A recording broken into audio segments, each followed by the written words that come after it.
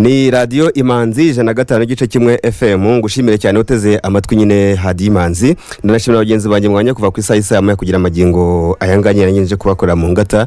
Naje ngo dusangire ibyiza radio Imanzi ibagiye ibategurira mu bice bitandukanye muhereremo mbahaye ikaze ni mu kiganiro de interview ndi Pierre Celestin Irora, ariko rero uyu munsi mbafitiye abatumirwa batandukanye tugiye kuba tuvuganira turi kumwe tuvuga ku kijyanye n'indwara zitandura uko zihagaze no mu Rwanda ndetse n'ingamba zihari icyo urese asabwa kugira ngo dusenyere umugozi umwe tuzihashye.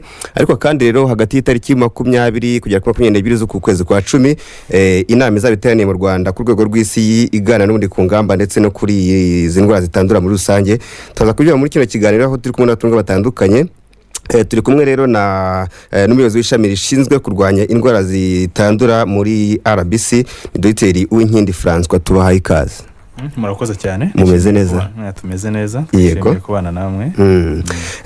Turi kumwe kandi na Alphonse Mbarushimana n'umuyobozi nshingwabikorwa w'ihuriro ry'imiryango irwanya indwara zitandura Rwanda NCDs Alliance. Ikaze. Murakoze cyane. Nibo batunguye turi kumwe tugiye kuba tuganira kuri nsanganyamatsiko ikomeye kuko irakora ku buzima bwa buri wese, tukumire kurushtako twazisanga twese turi kwa muganga. Ariko rero twanzika indwara zitandura zihitana abangana na miliyoni 41 ku rwego rw'isi bwo ni buri mwaka. Bangana 74% z'impfu zose ziba zabayeho nyine buri mwaka, kandi abantu miliyoni 17 bahitanwa n'izi ndwara nyine bataragera ku myaka 70 y'ubukure. 86% bakaba bari mu bihugu bikiri mu nzira y'amajyambere. Ibijyanye n'imibare byo baraza kudufasha nyine kuko ubushakashatsi bugenda bigaragaza, ariko turareba uko u Rwanda ruhagaze. Reka duhere kuri Dr. Uwinkindi. Mutubwire uyu munsi iyo tuvuze tuti indwara zitandura, mutubwire uko bihagaze mukurikije ubushakashatsi ndetse n'imibare itangwa na RBC. Murakoze cyane. Celestin, icyo navuga nuko nkuko ubikomeje bivuga nuko indwara zitandura ni biri mu bintu bibangayikishije isi mu iyi minsi, cyane cyane yuko urebye uko iterambere rigenda riza, abantu bagenda batera imbere, bagenda baniyungura ubumenyi. Icyagaragaye nuko izi ndwara twavuga zijyanye zandura cyangwa indwara wenda zijyanye n'ama infectious diseases, ndetse n'indwara navuga n'ibyicaga wenda navuga yuko ibyicaga abantu mbere imburagihe bigenda bivaho iyo abantu uzuka abantu kera bicwaga na virus itera sida na sida, igituntu, malaria, abenshi bagapfa, ndetse abana sirito bapfaga bakiri bato cyane bishwe n'imisonga n'indwara z'abana zisanzwe. Sida kiriho cya cyumba cya kane muri CHK. Ndetse uko abantu bagenda navuga bakira, nimba ariko navuga imibereho y'abantu igenda navuga imera neza kurushaho, izi ndwara twavuga zijyanye na zandura zigenda zigabanuka. Noneho nuko ubuvuzi bugenda butera imbere, abantu iyo barwaye buriya bakivuza ntibapfa cyane nk'uko kera umuntu yarwaraga akabanza kujya kureba abandozi bagize gute. N'ubuvuzi butatembeye ku buryo umuntu akenshi tutabasha no kumenya wenda arwaye iyi ndwara, gusuzuma bitaratera imbere. Uko rero ibyo byose turi kuvuga bigenda biza, abantu bagenda bagiye kirekire. Uko bagiye kirekire niko ugenda uba expose kuri bya bintu byongera byago byo kurwara indwara zitandura. Ndetse uretse wenda n'ibyo ngibyo natuza wenda no kugarukaho mu kanya, uko baho imyaka myinshi, imyaka nayo ni ikibazo kwizi ndwara zitandura, kuko biragaragara yuko uko imyaka igenda yongera niko navuga ingingo zayo z'umubiri zigenda zisaza. Uko zisaza niko n'izi ndwara zitandura zigenda ziza. Hakiyongeraho na bya bindi wenda twikururira birimo n'amatabi n'inzoga wenda tuza kuza kuvugaho. Ibyo biri mu bintu byongera, biri kongera navuga izo mpfu wavugaga abantu benshi turi kubona bagenda barwaye indwara zitandura. Nkuko rero wabivuze rero ku isi 74% by'abapfa babishwe n'izi ndwara zitandura. Ni kibabaje rero cyane nuko cyane ikibazo kiri muri ibihugu byacu bikiri mu nzira z'amajyambere, aho abantu batari banazisobanukirwa neza n'ubuvuzi bwo kuzivura bukiri hasi. Niho ndetse n'abapfa navuga imburagihe buriya bavuga yuko ipfuye utararenza imyaka 70 ubupfuye imburagihe. yego gusa wenda ntitwakibagiza yuko harimo n'ibihugu usanga esperance de vie yabo iri no munsi y'iyo myaka, ariko ubundi umuryango w'abibumbye uvuga yuko iyo ufite imyaka iri munsi ya 70 upfuye imburagihe ubundi ntiwagombye gupfa icyo gihe.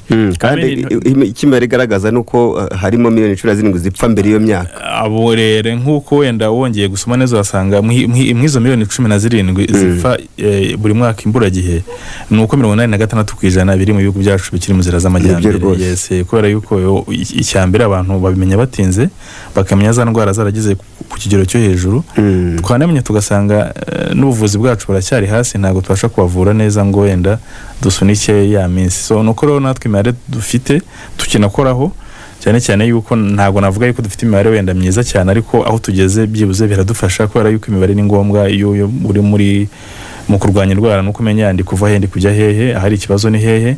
Nuko yatwereka yuko natwe mu Rwanda bagera kuri 58% ngubu bapfa bihishwe n'izi ndwara zitandura. Bishobora n'impfu zose ziba ku mwaka bapfa bihishwe n'izi ndwara zitandura. Izizi imbere rero akaba ari indwara z'umutima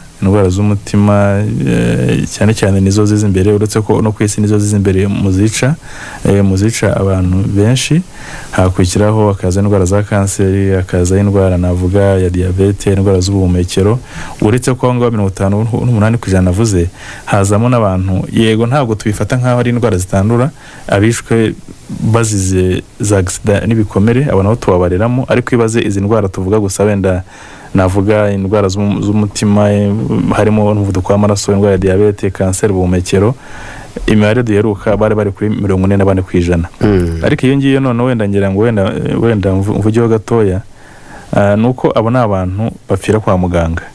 Kandi nkuko tugenda tubibona hari abantu benshi bapfira mu rugo. Buriya mu Banyarwanda harimo abantu benshi bagipfira mu rugo badapfira kwa muganga. Akenshi usanga ari abantu bivuje igihe kinini bakwa muganga, bigasanga bavuga n'ubundi ntago twenda kukukiza, uvuga ati ukasa nkaho ugiye kugenda ngutegereza mu rugo. Ngira ngo wenda tubaza no kugaruka wenda ku ngamba wenda turi gushyamo ku buryo abantu bajya banabonera ubuvuzi nk'ubwo ngubwo. Kandi wivuza yamara amezi runaka akakarambirwa akavuga ati rero nta kintu gutanga ahita yigira mu rugo akajya kwa rumasha. Abo rero benshi mwabo ngabo nabafite izi ndwara zitandura. Yego. Yes, bagiye kwa muganga basanze kanseri yageze ku rwego rurenze, bavuga ati n'ubundi nta kintu twenda kugukorera, bakaguha imiti igabanya ububabare ukisubira mu rugo. So yeka yuko imibare n'ubundi twashyizeho gahunda yo kureba noneho abantu bapfira mu ngo baricwa n'iki nabo. Nuko yuko wenda ntabwo imibare irenda gutangazwa vuba, ariko nuko aba 44% mvuze nuko ari n'abakeya, bishobora no kwiyongera bikarenga aho ngaho.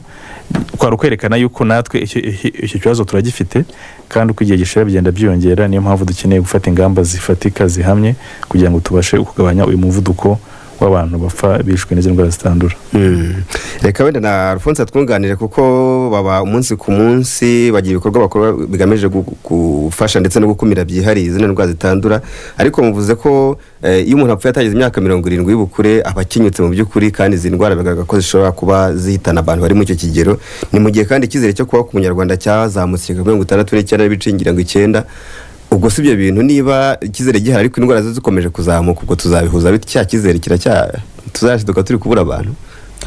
Murakoze cyane.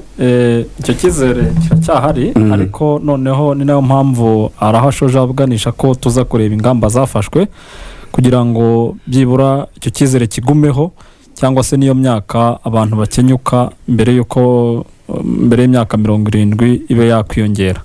Rero ndabivuga mu buryo bwo kugaruka ku iterambere. Nkuko tubivuga turavuga ngo mu bihugu biri mu nzira y'amajyambere ariho n'u Rwanda ruri, niho izo ndwara zigihitana abantu cyane.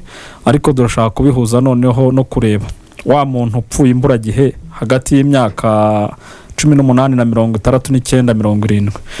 Nicyo gihe cyo gukora, nicyo gihe cyo kubyara umusaruro, nicyo gihe cyo kubyara inyungu, haba ku muryango we haba ku gihugu.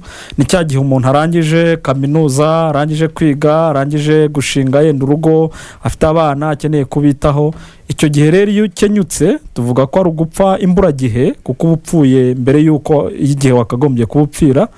Urumva bifite ingaruka mbi kandi nyinshi.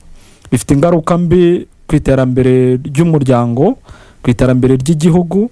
Bishobora gutuma tunaguma muri cya gice cyo kuba mu iterambere riri hasi tukaguma nyine muri aho. Rero tugomba kureba ko bifite ingaruka mbi zikomeye ku gihugu muri rusange igihe cyose umuntu abashije gukenyuka atagejeje kuri iyo myaka. Ubwo rero mpise nshaka kubihuza n'ibyago. Ibyo rero ntabwo bigarukira aho ngaho kuba umuntu apfa iyo myaka atarayigezaho gusa, ahubwo biza ko izi ndwara nazo ubwazo buriya kuzivuza cyangwa kuzivuza birahenda. Yego nibyo. Abantu bafite izi ndwara cyangwa imiryango ifite abantu babana nazo usanga bajya muri wa murongo w'ubukene kubera ko birabagora. Bigusaba guhora uhabwa serivisi z'ubuzima nk'uko tubivuga ntizikira, ni indwara ubana nayo iyo yakugezeho, ubana nayo kugeza uvuye mu buzima. Bivuga ngo igihe cyose ubana nayo nawe ukenera kuvurwa bihoraho bya buri gihe, niba ari buri cyumweru, niba ari buri kwezi, hari imiti ukenera, hari guhura na muganga. Izo serivisi ni izindi, n'undi mutwaro uba wiyongereye ku muryango. Ugasanga rimwe na rimwe nyine abantu bagurisha ibyo bari batunze, abandi bana babura uko bajya ku ishuri kubera ko wa muntu ari kwita kugira ngo yivuze. So niyo mpamvu rero izo ngaruka zose zigenda zitera zishobora gutuma ya terambere tutarigeraho. Ni nayo mpamvu uyu munsi wa none tuba duhamagara icya mbere ko buri wese yagiramo uruhare mu kurwanya izo ndwara, ariko noneho na leta ikadufasha nk'uko ihora ibikora buri gihe, bagashyiraho ingamba zituma abantu bazirinda. Bagashyiraho ingamba zituma abantu bazirinda. Ariko rero ubundi izi ndwara yenda turareba n'ishusho yazo no munsi twazifata nk'indwara z'inzaduka cyangwa na mbere zari zihari, kuko ujya wumva turavuga ngo uyu munsi ngo indwara ngo kanseri ngo indwara byateye ngo iyo mvugo zari zihari. Indwara z'inzaduka bimeze bite kuri iyo shusho? Uko tubibona ariko ni nako bigaragara. Dukunze kuvuga ngo ibyorezo, ariko mbona indwara zitandura nacyo ni icyorezo kitegeze kivugwa. Cyari cyamye kiriho, cyangwa se indwara zitandura zamye ziriho, ariko ahubwo ubu ngubu ku iterambere rigenda ryiyongera, Dr François yabivuze, uko abantu bagenda bagira ubumenyi bwimbitse mu kujyana no guhangana nazo, kuzivura, zirushaho kumenyekana. Kera n'ubundi izi ndwara zabagaho, ugasanga umuntu yenda yaguye muri pogise, yagize isukari nkeya kubera diyabete, bakavuga ngo ni igicuri. Umuntu akagira kanseri yenda ugasanga byimbye mu nda, bati ni amarozi. Nibyo wegeze kuvugaho utangira uti bakagana mu zindi mu kujya kubaza. Ariko uyu munsi wa none zari ziriho abantu bazizira batazi ko arizo. Uyu munsi byibura ubwo iyo tubaze ko hari abagipfira mu ngo bitamenyekanye, ariko hari n'imibare igaragara, byibura biramenyekana ko arizo bazize. Mbere izo mpfu zabagaho ntitumenye ko arizo. Ni ukubera ko hari ubuvuzi buteye imbere bwo kumenya izo ndwara ko zihari no kumenya umuntu yahitanye icyo yazize. Navuga ngo rero kwiyongera kw'iterambere mu kuzimenya bituma zigaragara kurushaho, ariko so kuvuga ko zitari zihari, ahubwo tubasha kuzibona.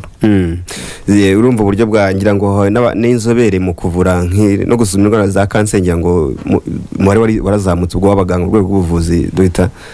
Yego, kuko ngira ngo mugeze kutubwira umwaka ushize turi ku kintu kijyanye na kanseri y'ibere, warabitubwiye imibare. Ariko nagira ngo nahuze iki kintu kijyanye n'iterambere uyu munsi, wenda ugereranye nk'imyaka nk'itatu, ubu tubwire mu Rwanda imibare iragabanuka cyangwa irazamuka, bigahura bite n'ubuzima bwa none rero? Celestin, cyo wenda nakongeraho mugenzi wanjye nuko izo ndwara zahozeho, ariko ubu ngubu hari ibintu navuga nka 2 cyangwa 3 biri gutuma nyine wa mugani. Arutse ko twebwe nk'abantu bakuriye bashinzwe kureba kuzirwanya, hari tubonamo bimwe hamwe navuga yuko byibuze hari uruhande rumwe tuvuga ko ari byiza, ni uretse ko ntawishimira ko indwara zazamutse.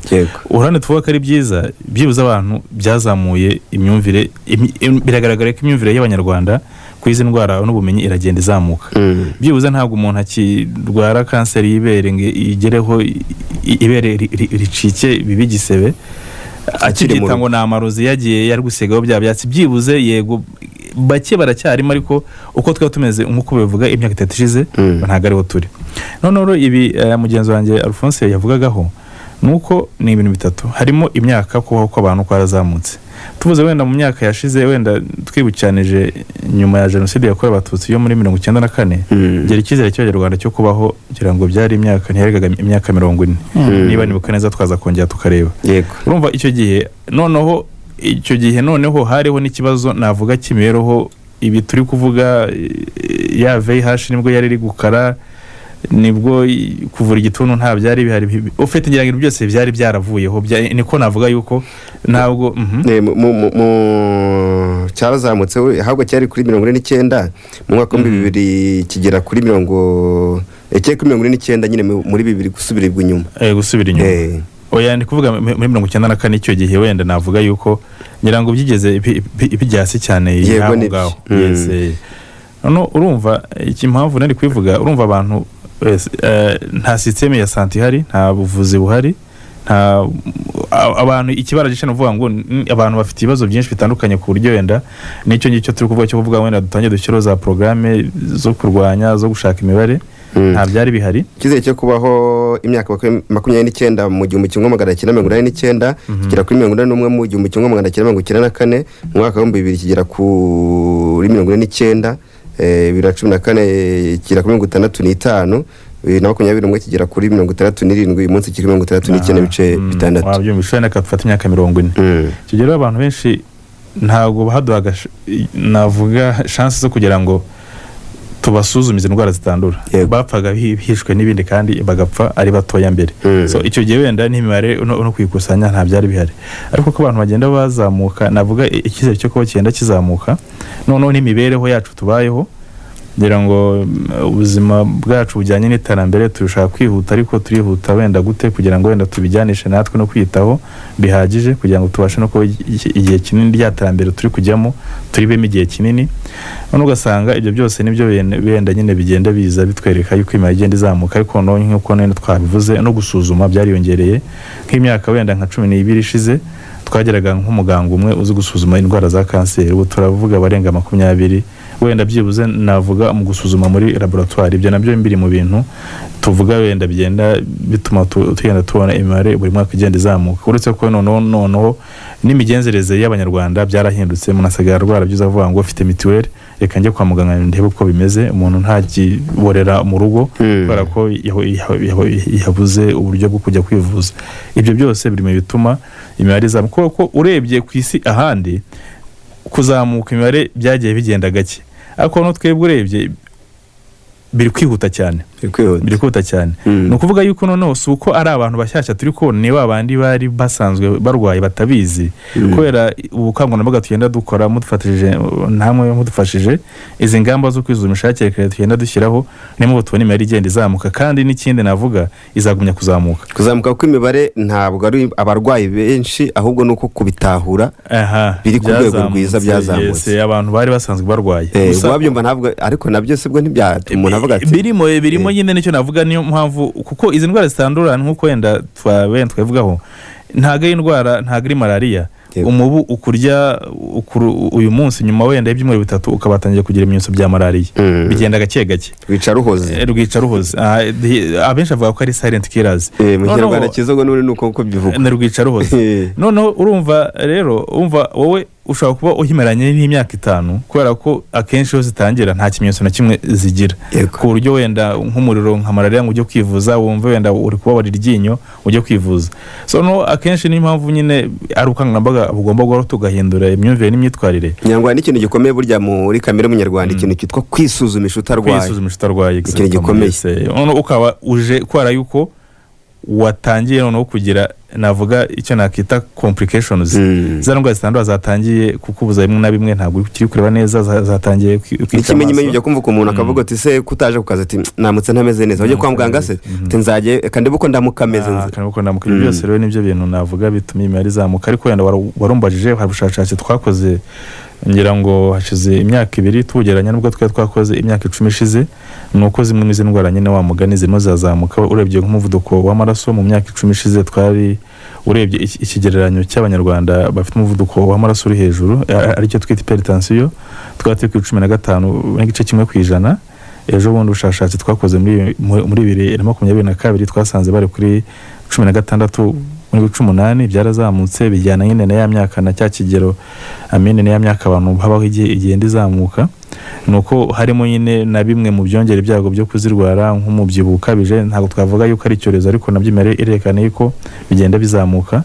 Abanywa inzoga bagiye barazamuka, so ibyo rero nabyo biri muri bya bintu nyine bamwe tuvuga yuko twagombye gushyiramo imbaraga kugira ngo tubihagarike tubirwanye turebe ko twahagarika uyu muvuduko wo kuzamuka kw'indwara zitandura. Nibyo, reka dutire ku kintu kijyanye n'imibereho ya buri munsi kuko usanga nayo ari intandaro y'indwara zimwe na zimwe cyane nko mu byuka byo muvuga indwara z'umutima, izo nzoga, ibyo turya, nabyo twita ubusirimu, ndabyutse ndasa n'amafaranga, ndagenda njye muri etaje ngine muri asanseri, ndatega imodoka, ndatega moto, ndatega n'igare cyangwa se, ariko nubwo iterambere naryo riza usanga n'ibikorwa bitwegera ibikorwa remezo cyangwa se n'akazi. Nshobora kuba ncuruza mitiyu nkabyuka nkigira ku muhanda nkicara kuko negereye akazi, mbega nta imirimo y'amaboko yaragabanutse, turakoresha intekerezo cyane, nabyo bizanatizamo indi na za ndwara za stroke n'ibindi nizo zose muri kuvuga. Duhuze imyumvire buri mu bantu n'imibereho, iri terambere, ibiryo byo mu nganda biraba byinshi, ibyuka wa mugane ku ndwara z'ubuhumekero.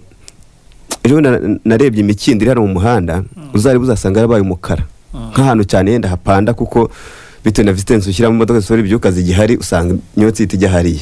Ubwo duhuze iyo kintu kitwa iterambere, imibereho yacu n'imyumvire.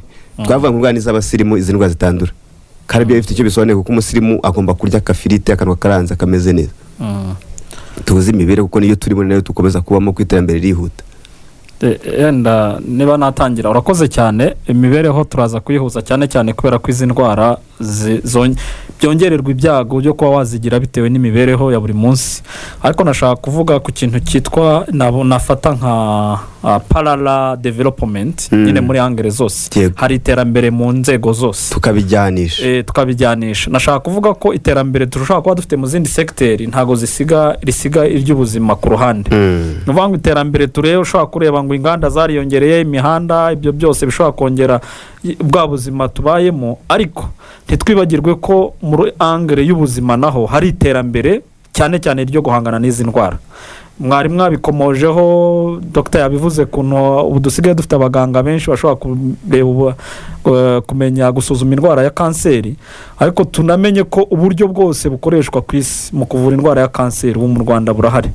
Yaba ari uburyo bw'imirasire, byaba ari uburyo bwa chimiotherapy bwo gukoresha imiti cyangwa no kubaga burahari. Bivuga ngo ku ndwara y'impyiko baratanga iyo serivisi kandi bikajya kuri mitiweli. Twabonye ko bagaragaje umushinga wo kubaka heart center cyangwa ibitaro byo kwita ku ndwara z'umutima. Turafite mujya mubona, yenda duheruka kubona nyakubahwa Premier Minister agaragaza NST2. Nuvuga ngo bagaragaza muri sekiteri y'ubuzima, muri agriculture, muri ki bizagenda gute, mu cyo bita health city, Kigali health city, kugira ngo baattractinge ubukerarugendo bushingiye ku buvuzi n'ubuzima bwiza muri uyu mujyi. So bivuga ngo serivisi z'ubuzima nazo zirazamurwa ku rwego rwo hejuru, ku buryo na bya bindi bishobora kongera ibyago abantu bakazirwara n'izi nabagaragara tutazagira ikibazo cyo guhangana nazo. So rero nagira ngo icyo kintu cy'iterambere tukijyanire muri angere zimwe, kereka iyo tuvuga ngo mu buzima ntago hitabwaho, ariko iterambere ahandi ryongera byo kurwara indwara zitandura rirahari. So rero nkagaruka ku kijyanye n'imibereho ya buri munsi. Imibereho ya buri munsi nibyo ibyongera ibyago by'izi ndwara. Twavuga bine by'ingenzi cyangwa nka bitanu. Kimwe no kudakora imyitozo ngororamubiri, wabivuze utubuzima tubayemo uyu munsi wa none, ushobora no kubyuka ukajya niba wari unatuye hafi y'icyapa cya bisi ariko ukajya kuri next bus station ukategera nko kugikurikiyeho kugira ngo ugende n'amaguru byibura, kuko hari igihe hari minota runaka isabwa ko wakagombye gukora imyitozo ngororamubiri ku munsi cyangwa mu cyumweru. So hari indyo itaboneye, hari ikoreshwa ry'itabi ndetse n'inzoga nyinshi. Bivuga ngo ibyo byose ndetse n'ibi bintu by'ihumana ry'ikirere. So bivuga ngo ibyo bintu byose rero turi a risk yo guhura nabyo mu buzima bwa buri munsi. Mu kuhangana nabyo rero nuko tugerageza kumenya izi ndwara, tukamenya nimba uburyo ubayeho bwa buri munsi ni iki kigushyira mu byago byo kurwara izo ndwara, ariko tutibagirwa na bya bintu byo kumenya uko uhagaze. Witegereza ko uzaremba kugira ngo ubone kujya kureba uko uhagaze. So rero nkavuga ngo ubuzima turimo, yego n'ubwo iterambere nabyo bigira byinshi bizana nk'uko bigira na byinshi bikemura, ahubwo icyiza nuko ubumenyi dufite ku iterambere n'ubuzima tubihuza gute. Niho hantu dukwiye gushyira ikibazo ku banyarwanda muri rusange. Ubumenyi n'iterambere tubihuze, ariko ubumenyi ku bijyanye n'ubuzima nitubasha kubihuza uzabaho mu buzima uzi ko bukurinda bya byago byo kurwara izo ndwara. uko bijyanye ngira ngo wenda n'amafunguro n'ibyo kurya ko ubona huzaga na za ryaterambere yego, ariko n'ibyo kurya n'ibyo kurya iyo urebye ibiryo urugero ntago ushobora gusanga nk'abantu bagura ibirungo bino bikozwe wenda ngo mu nyanya 100%, ariko byanyuze mu nganda rero bashobora kuba benshi kurusha abaguze inyanya zisanzwe. Sinzi natwe bifata gutya, ariko usanga wenda ibyo kurya ku mihanda ibyo mu mafarini cyase byariyongeye kurusha ko umuntu arya ibiryo by'umwimerere, bishobora kujyana n'ibyo bihari, bishobora kujyana wenda n'iterambere hari n'akazi umuntu akora naho yagiye. Ibyo byose nyine ikintu kizwi iterambere gukomeza kugihuza n'ubu buzima buzima. Yenda mvuze gato ku kijyanye n'imirire nk'uko bivuga, wenda nka diabete se mu gihe cya kabiri n'imirire ntizamo n'izindi ndwara zose turi kuvuga z'ubuyoho n'ibindi mutima. Nibyo navuze nanjye ya mirire cyangwa inigitaboneye, kuko kera umuntu yanywaga urwagwa rwe n'amata, ariko uyu munsi nta murabizi ni icyuma n'izazi n'izibiki byose zabaye nyinshi mbega amoko menshi, kandi abantu bakangukira kuzinywa. Aho rero niho hantu ngena natunze urutoki, kandi ari naho na media mudufasha cyane.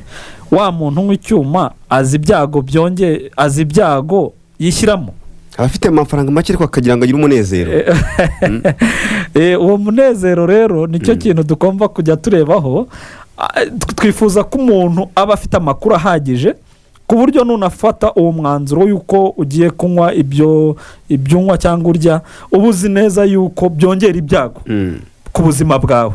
None ukabifata uvuga ngo ni umwanzuro ufasha ariko ndabizi, aho rero no hakiri ikibazo. Ariko noneho nyine nitugendera kuvuga ngo nibyo biciriritse, nibyo mbasha kubona nakwigurira, nyine bizagenda kwa kundi.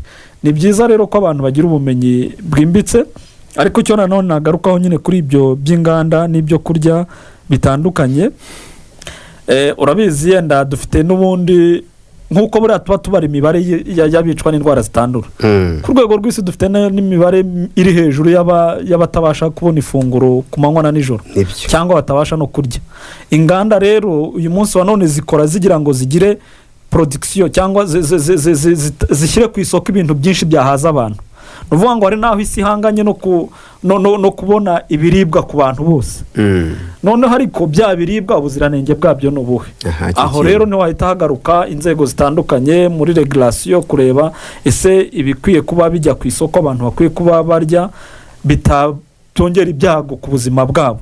Niyo mpamvu iyo tuvuze ngo indyo itaboneye cyangwa ibiryo bidafite bitujuje ubuziranenge, no hazamo ikibazo. Niyo mpamvu dufite n'ibigo bitandukanye leta yagiye ishyiraho nka Rwanda Food and Drug Authority, igenda ireba ubuziranenge bw'ibiri ku isoko, niba nta binyabutabire bishobora kwangiza ubuzima bw'abantu, niba ntaho bishobora gushyira ingaruka mbi ku bantu babikonsoma. So nibaza ko rero nicyo kintu twavugaga, ubumenyi na za ngamba zigenda zishyirwaho na leta tukanazubahiriza. Abantu bihuza bati reka na Dr. atwunganire icyo kintu kijyanye n'ibiribwa ndetse n'ubuziranenge.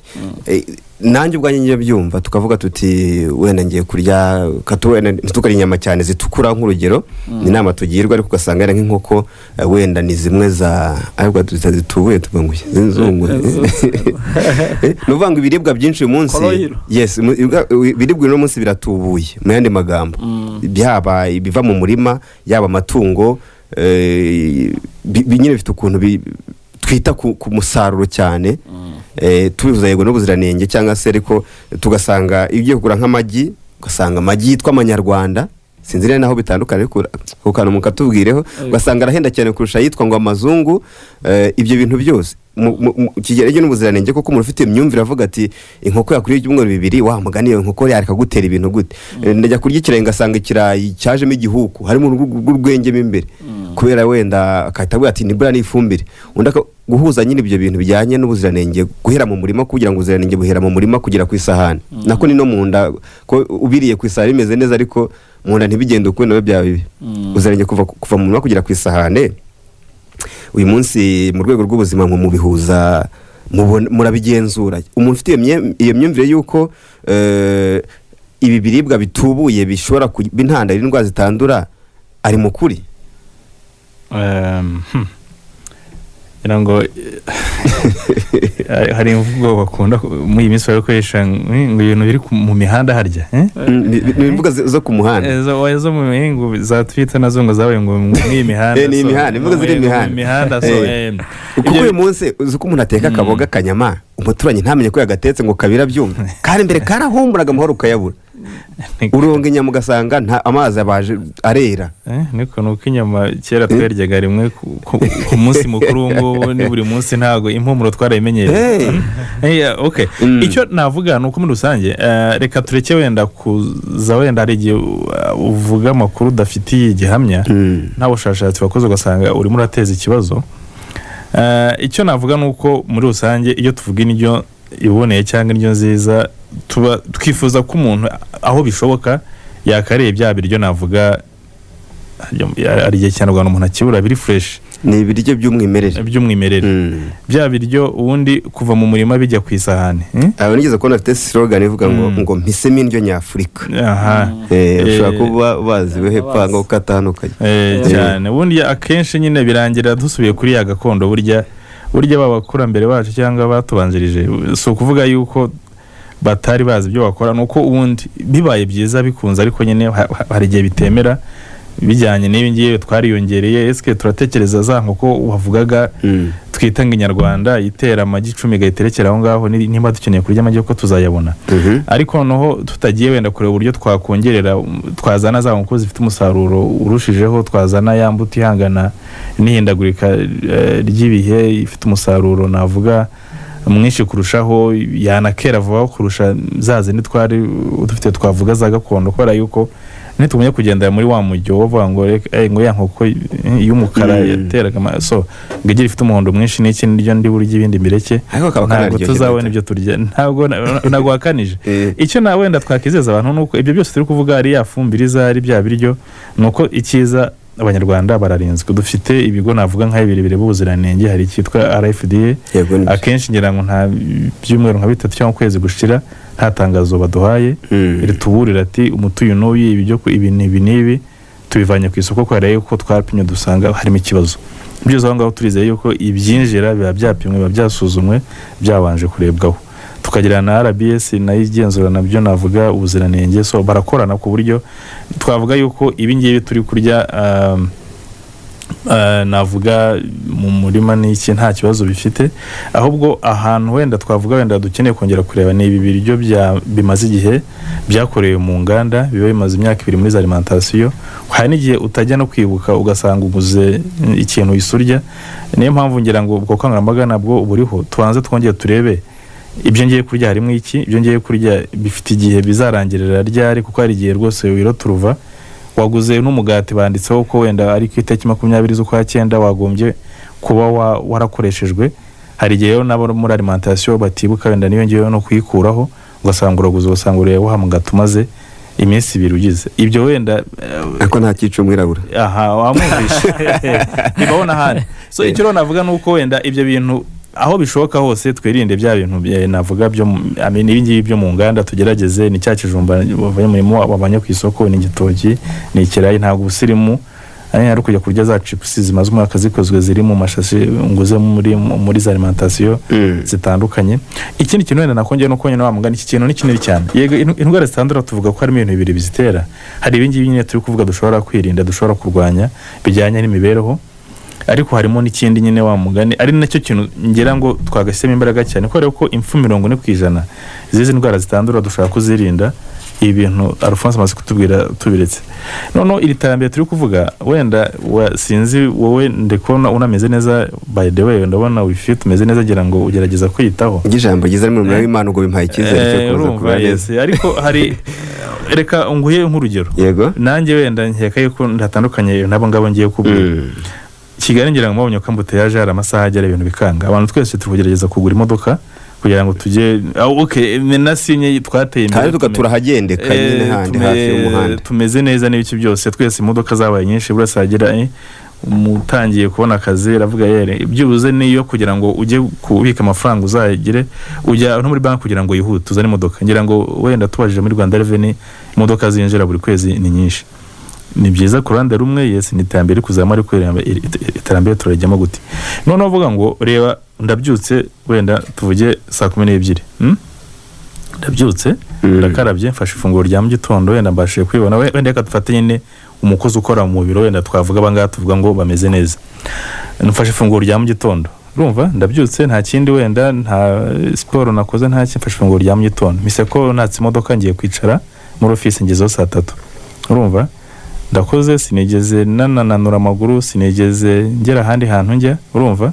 yego niriwe nicaye kandi navuye mu rugo ndiye saa 6 zirageze ko yuko akazi kabaye kenshi ni ya stress nayo tutaza kurenza ingohe nayo iri kongera ibibazo byize ndwara zitandura akazi kabaye kenshi mfite byinshi ngomba gukora ngomba gutangira ku gihe impu na rimwe batangiye no kumbwira ngo waratinze mbuze umwanya wo kunanura amaguru byibuze ngo ngiye wenda kuri restaurant iri hafi aho ngaho wenda mfata ifunguro bisabye ko ntuma umwana fast food mutumye baga mutumye cyangwa iki imbere nicaye hari n'ubundi no ku mashini ndi no ku mashini ndengejeho wenda jini biki byose umva ni ya masukari ndi gushyira mu mubiri ntari bukoreshe nimugoroba après midi ndakomeje ndicaye saa 11 zirageze cyangwa muri ko gufata kurya igiti noneho ndatashye wenda saa 12 cyangwa wenda ntize nutasamo reka nje kunce ahantu so ujya kwicupa wihuke ko kuva wagera muri office nibwo hagurutse ugiye ugeze igihe wakabari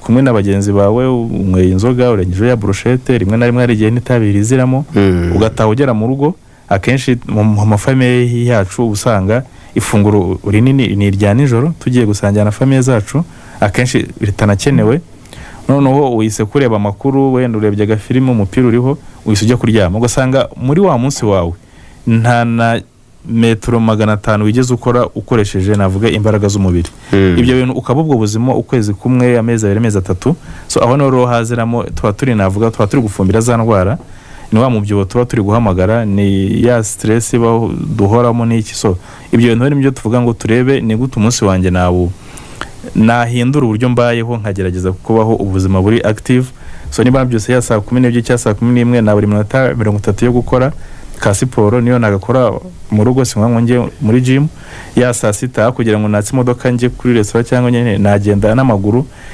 nimugoroba ntashye byakunda ko nagenda n'amaguru cyangwa se ngeze mu rugo ngakora so ku buryo tureba uburyo kwakora iki kibazo cyangwa kubyuhana iki akenshi burasibye buriya biza kubera ko winjiza byinshi kurusha ibyo ukeneye kurusha n'ibyo usohora uzarebe wenda abantu bakora akazi k'imbaraga babakarani bari za Nyabugogo abana batwara amagare wenda bakorera amafaranga bari gutwara abagenzi uzambwire uzabona afite inda nk'izi zacu aho uzabona kubera ko ibyo arya arabikoresha noneho twe ukagenda we urukwinjiza byinshi bishuje ibyo ukeneye urede nyine niho uri kuzana wa mubyo ukabije n'izingwa zitandura ikindi cya kabiri wenda mbere yuko mpa mugenzi wanjye cyangwa wenda tujya kuri iyi topic ibyo wenda ni byiza turabikoze ariko twibuke yuko uko tugenda dukura niko imyaka igenda niko ibyago byo kurwara bigenda bizamuka imyaka nayo ni ya risk factor nini twibuke yuko twagize muri myaka 40 dutangiye tujye twisuzumisha bihoraho byibuze buri mwaka turi uko duhagaze kuko nushobora kuvuga ngo wenda siporo ngira ngo harabajya babitaramo burage ushobora gukora siporo ukirinda inzoga ukirinda itabi bikarangira upfuye so ubwo nuvuga ko no muri style hari aho umubiri ugera ukananirwa bigasaba yuko ubufasha ya mitsi twara amaraso ikagenda ikomera kubera nyine niko umuntu asaza niko bigenda n'ubundi kora ko tutayihinduza rero ngo tuyishyiremo indi mitsi mishyashya birasanga umenye yuko ya mitsi yanjye wenda yananiwe amaraso atagenda neza iyo ubundi ni ya hypertension turi kuvuga cyangwa wenda imvura zikora misemburo ituma isukari ikora neza zitagikora neza zatangiye kunanirwa bisaba ngo tuzunganire akaro wenda byangombwa ko yenda rimwe na rimwe mfata ya miti igabanya umuvuduko kwara ko imitsi yawe yamaze gusaza kwara ko wenda bagufasha kugwa ya miti ituma washa gukoresha isukari aho rero tubibona cyane muri ya myaka iri hejuru twisuzumisha hakiri kare twimenye ngira ngo njya nkunda gutanga burage, hari ukuntu dushaka kwikunda kurusha za modoka tugendamo. Nimba bakora ko polisi tubaza controle technique ya buri mwaka, ugasanga uragenda mu modoka ifite controle technique wasuzumishije, ariko wigendamo umaze imyaka 5 utazi uko uhagaze. So njye mvuga ati byibuze cyajyo cyo gukoresha ya controle technique wihibuke, ntutawuce no kwa muganga barebe yuko nta kibazo cy'umuvuduko w'amaraso ufite, isukari bimeze neza, ibinure mu maraso mu mubiri nta kibazo kirimo. So cyeka ibintu tubijyanishije twirinde, ariko tunisuzumisha hakiri kare, ngira ngo twagabanya cyane izi mfu ziterwa n'izi ndwara zitandura, cyane cyane yuko byaragaragaye yuko iyo bibonetse hakiri kare ukitwara neza ugatangira imiti hakiri kare, ubuzima bugenda neza, kuri ushobora kubaho imyaka miremire ukagumya gukora famille ndetse n'igihugu cyawe ukabiteza imbere. Hari ikindi kintu ukomejeho mu kanya nifuza kumenya, uravuze uti hari igihe tujya twumva Rwanda FDA yavanye nk'umuti ku isoko, mu rwego rw'ubuzima hari hakurikiraho iki? Ko nabo barakonsomye uriya muti ukava ku isoko, hari ugukurikirana abantu bawufashe cyangwa mutegeza ko n'umuntu azagira ingaruka wenda akaza kwa muganga? Ngira ngo ibyo nabyo mu byo bashinzwe birimo, wenda buriya imiti iribamo buriya niyo mpamvu umuti wose winjiye mu gihugu buriya uba ufite nimero byita gutera idufasha kukurikirana, yabyitaye batch number abizi, ngira ngo Alphonse yangure nabyo yanize ku buryo birashoboka abahanga mu by'imiti mu miti, ku buryo wageze mu gihugu, wageze wenda muri hariya batubikira imiti navuga muri stock y'igihugu, wageze kuri pharmacy ni wageze ku bitaro binibi, ya batch number wa muti tubasha ku tracing. None bitewe n'ingaruka wenda turi kubona, birashoboka yuko tumanuka tukajya no hasi bakamenya ngo wa muturage wawufashe ninde byagenze, bitari kwa n'ibyo usanga wenda wa mugani ari za ngaruka wenda bidakeneye yuko wenda dukora izo investigations zigera hasi, ariko byose ngira ngo niyo mpamvu nyine hajeho iki kigo gishinzwe iby'imiti mu Rwanda kugira ngo kidufashe kugabanya ibyo bibazo wenda byaterwa n'iyo miti tujuje ubuziranenge cyangwa se ibiribwa bitameze neza. Mu kanya turaza guhana ijambo naduteze yombi, ariko njya ngo twitse ku kintu kijyanye n'urubyiruko mbere ko tujya ku cyiciro, ko n'iminota ntago ihagaze. Urubyiruko no munsi naya twe dukurikije ibyo tubonesha amaso, uretse ko ngira ngo wenda gahunda yatumwe rese nayo ubwo wenda maza no kubihuza, ariko usanga urubyiruko rwinshi nirwo rutari gukoresha imbaraga z'umubiri kubera yenda ngo bavutse byaremeye, ibikorwa by'amaboko biragabanuka. Umwana wawe uramujyana no kwishura agira modoka n'ibiki byose, nuko ntajya kuvoma mu rugo cyangwa se afite umukozi byose. Inyuma byarangira none ugasanga urubyiruko hatangiye guce akenge, atangiye kujya agenda utamuherekeje, atangiye kujya mu nzoga wenda n'itabi. Ubundi nabo banakundana bya biryo byayo nyine turi kuvuga byongera ibyago. Ko turi kuvuga ibi kandi imyaka ikaba ariyo tubona ishana bigira mu ruhare mu kubitiza umurindi.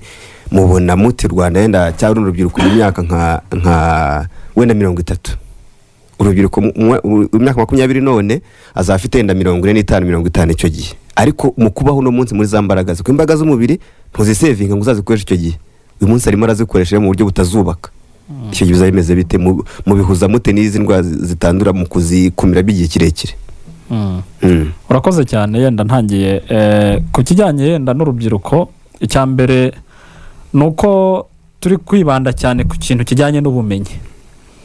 Urubyiruko rwacu ntitwifuza ko ruzavuga ngo iyo mbimenya, baravuga yego rwavutse byaremeye, ariko ese nubwo byari byemeye ntabwo bikuraho ko umuntu yarwara indwara. Mubyeyi ati nakoze nabi nta mwana wanjye yaba nkuko nabayeho, ariko noneho yego urakoze nibyo nabyo barabivuga. Ariko nanone ugomba kureba bwa bumenyi, hari naho abantu bagera bakicuza bakavuga ngo ibintu iyo mbimenya simba narakoze ibi. So nuvuga ngo tugendere ku bumenyi dufite ku kintu mbere yuko tugikora. Ni nacyo kintu dukomeza gushishikariza abantu, kuko wa mubyeyi nanone ugeze mu myaka 50 akagira indwara itandura, ahita amenya ko hari ubuzima yenda cyangwa hari icyo yibeshya atakoraga, cyangwa agiye kwa muganga asanga yipimishije bitinze, usanga arimo yigishwa n'ingaruka. Umugani ngo ntawuhana ngo ajyayo ngo amuhana avayo, ugasanga nibwo yajyayo ntiyakumva cyaka kwibeta ntubimenye, yajyayo ntiyakumva. Ugasanga nibwo yibutse noneho gushyiraho imico yindi urubyiruko cyangwa abana be bakwiye kwitwaramo. So rero navuga ngo urubyiruko rwacu rukeneye kugira ubumenyi buhagije, kandi ubumenyi ntabwo buva ku ishuri kwa mwarimu gusa, hari n'ibyo umubyeyi aba agomba kongeraho. rero uko bagenda bi-expose, reka mpere ku kintu uvuze, uravuze uti nibo banywa inzoga, nibo banywa itabi, nibo barya bya biryo bibongerera ibyago. Ariko bya biryo ndashaka kuvuga utuntu dutatu, kuko wakomeje kubaza ikintu kijyanye n'ibyo turya. Binaduhereza umwanya wo gutekereza ngo nizihe research zindi zakorwa cyangwa ubushakashatsi. Icya mbere, biriya biryo byo ku mihanda twavugaga biba bifite icyo twita ibinure byinshi. Yego. Nibyo ugenda ugasanga n'urugero bikajya mu mitsi itwara amaraso. Iyo bigiye mu mitsi bikayifunga, nibwo amaraso agenda byigana, kubera ko hari hasamye gutya, hajemo ibinure, amaraso ari kugenda byigana kubera ko atabona aho anyura. Uvuga ngo umuntu yagize umuvuduko w'amaraso. Ikindi ndashaka kuvuga ibintu bitatu nyine nkuko nari mbivuze. Icyo ni kimwe. Icya kabiri, bya bintu wavuze uti kuva ikintu kibaye kugeza aho kigiye gukoreshwa. Cyaba ari igihingwa, watanze urugero rw'inkoko n'amagi n'iki. Ziriya nkoko nimba kugira ngo zihute zijye ku isoko, navuze ntibari no gushaka kugira ngo duhaze isoko cyangwa duhaze abantu, nyine kubera ko abantu barakeneye ibyo kurya. Ariko hari ibyo bashyiramo cyangwa bazigaburira bishobora gutuma zikura vuba. Za zindi zacu za kera zisake yajyaga iribwa hashize imyaka 2 zitabonaga. Sake imyaka 4 koko guhoza tegereza. Iyo miti rero itera icyo twita genetic modification. Nuvuga ngo no gukura bidasanzwe cyangwa division y'amaserire, kwigabanya kw'amaserire mu buryo budasanzwe. Kandi buriya tujya kuvuga ngo kanseri baho, buriya tugira amoko menshi ya kanseri bitewe naho yafashe. Yego. Kanseri y'iberi, y'inkondo y'umura, kanseri yo nyine zigiye zitandukanye. Ariko icyo shaka kuvuga ni iki, na kanseri kugira ngo ibeho nuko mu ikura rya serire ry'uturemangingo n'utunyangingo mu mubiri tuba twakuze mu buryo budasanzwe. Rero ibyo bintu iyo bibaye kuri rya tungo cyangwa ku cya kintu n'ubundi umuntu azinjiza mu mubiri, ibyo bintu yafashe iyo bigeze mu mubiri nabyo bishobora gutera kwidiviza kw'amaserire bidasanzwe. Ikindi Dr. kivuzeho ni kwa kuntu dufata ibintu twakabaye kuba tubikura mu murima, niba ari ibitoki, niba ari kiduhita dushyira mu nkono, ariko ugasanga tugiye kubibika igihe kirekire bizaribwe nyuma y'amezi 5. Hari icyo twongera, ibyo bongera byo bita additives cyangwa nk'indi miti ituma biramba igihe kirekire. Haba hari probability rero ko umuntu byazinjira mu mubiri.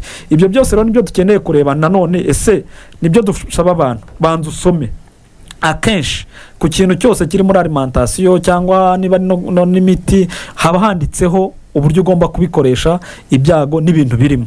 Ubanza umenye ese niba ari ibintu byabitswe amezi 3 nta risk bifite ku buzima bwanjye. Firigo barayicomekaga ukayicomokora bya hato na hato.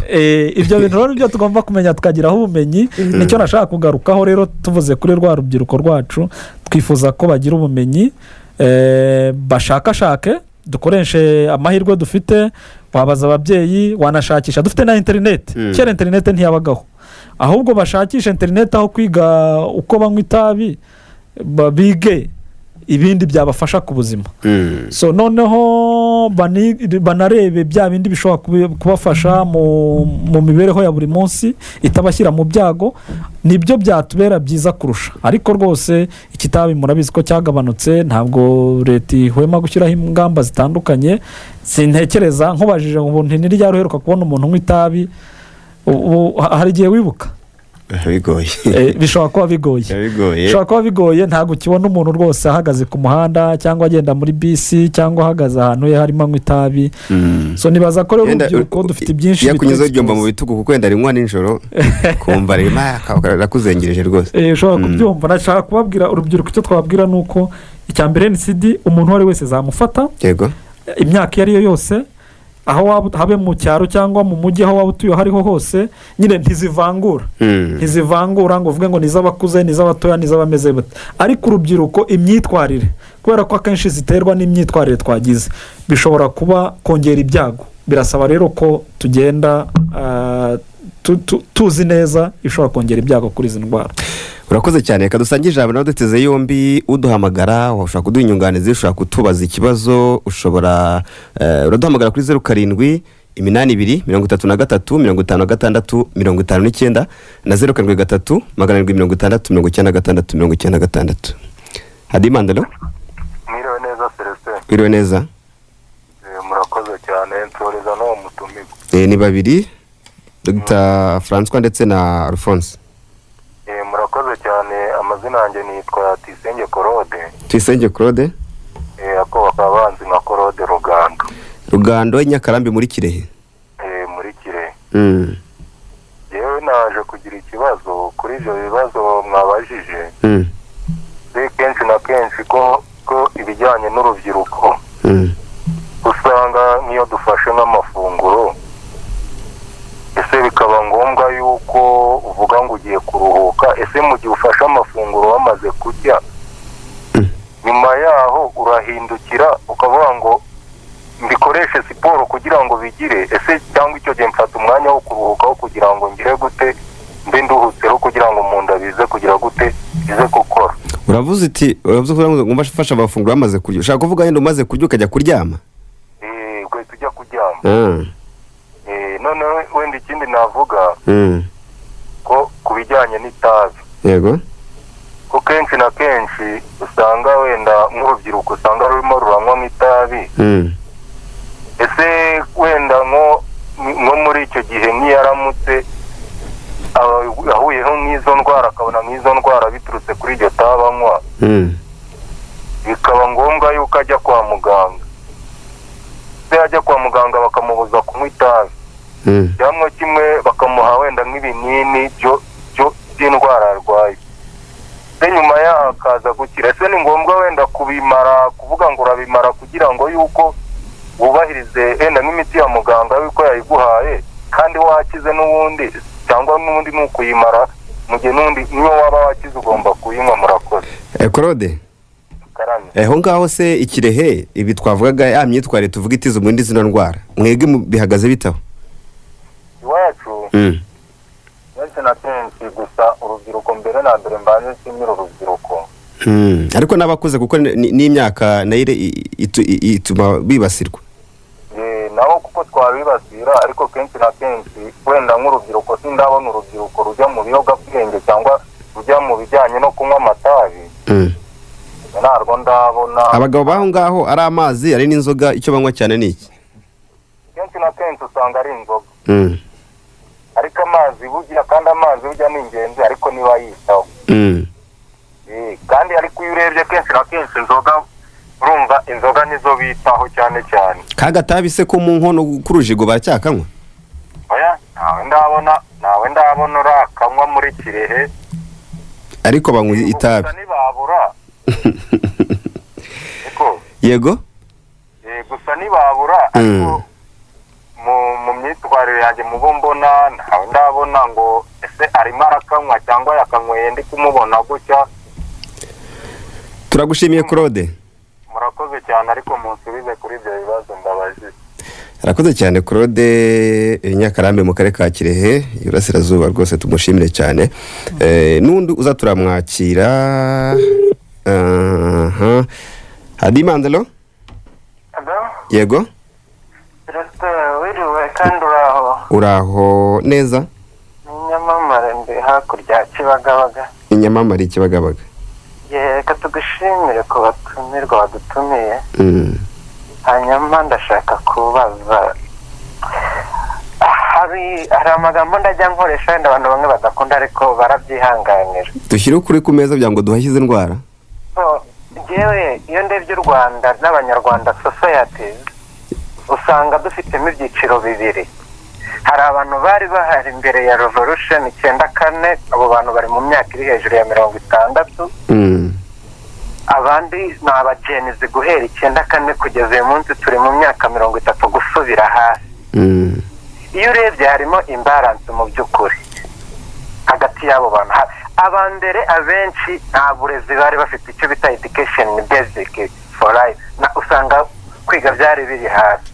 Abo uyu munsi nabo barize ariko usanga hari aho byageze ireme rirataka. None uyu munsi icyo nibaza, nimba abantu batajijukiye kujya kwisuzumisha izo ndwara, leta ikaba ibizi, minisati ibizi ko hari igice runaka ukuye haba mu mijyi nibo bitabira ibintu byo kwisuzumisha, izo mbaraga nkeya Celestin tuzishinze minisante, tuzishinze leta itita ku baturage bayo, tubishinze ama NGOs yakabaye yigisha abanyarwanda, atarabikoreye kugeza ubwo uyu munsi abantu batasobanukiye kwisuzumisha. Umuntu yisuzumisha ari uko yarwaye, izi mbaraga nke tuzishinze ne dogiteri aza kunsubiza kuri icyo kintu ngiye kijya kincanga n'uyu munsi. Hanyuma ikindi kibazo ndakibaza Rufonse, iyo turebye mu mujyi wa Kigali ni urugero ngiye gutanga, nimba hari ingo 40,000 uhita ukuba kabiri yuko hari abakozi bo mu rugo bageze mu 80,000. Abo bantu ubwo hari raporo mbariye ko urugo rufite abakozi 2, hari n'abarenza bakoresha 4.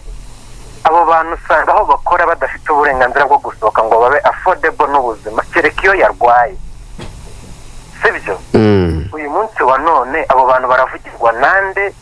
Ese hakorwa iki ngo minisati igere kuri abo bantu?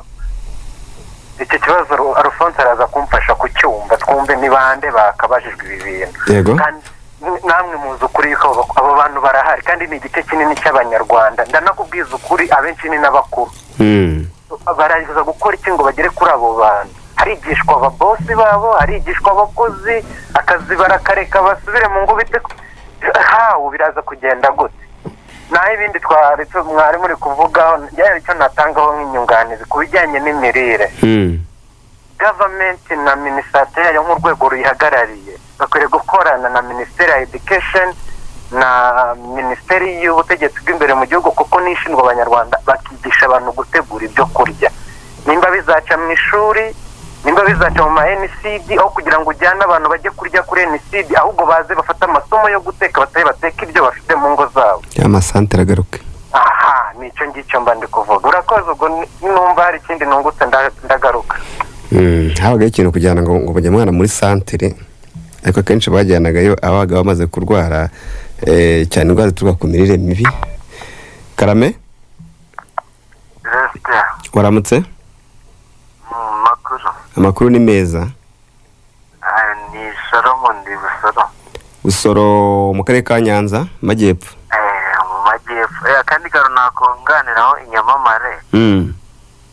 Buriya yivuga ngo ntago ng'abanyacyaro bakunda kubyitabira cyane kwipimisha indwara zitandura.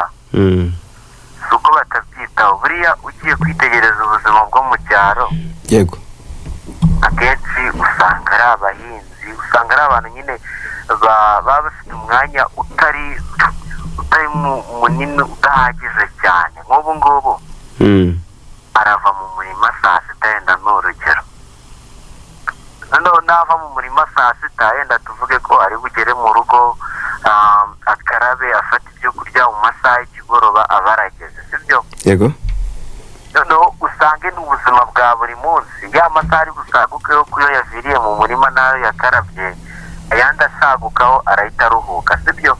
Ndasa ku ntego ariko usange n'ubuzima bwa buri munsi. Rero kuba abo mu cyaro batisuzumisha izo ndwara, leta ikwiye kongera yenda ubukangurambaga bakabyumva neza cyane, sibyo? cyo cyumvikanye. Ngaho tubwaza rero ibyawe nawe wari wateguye. Ngewe nagira ngo mbunganire nta kibazo. Sawa.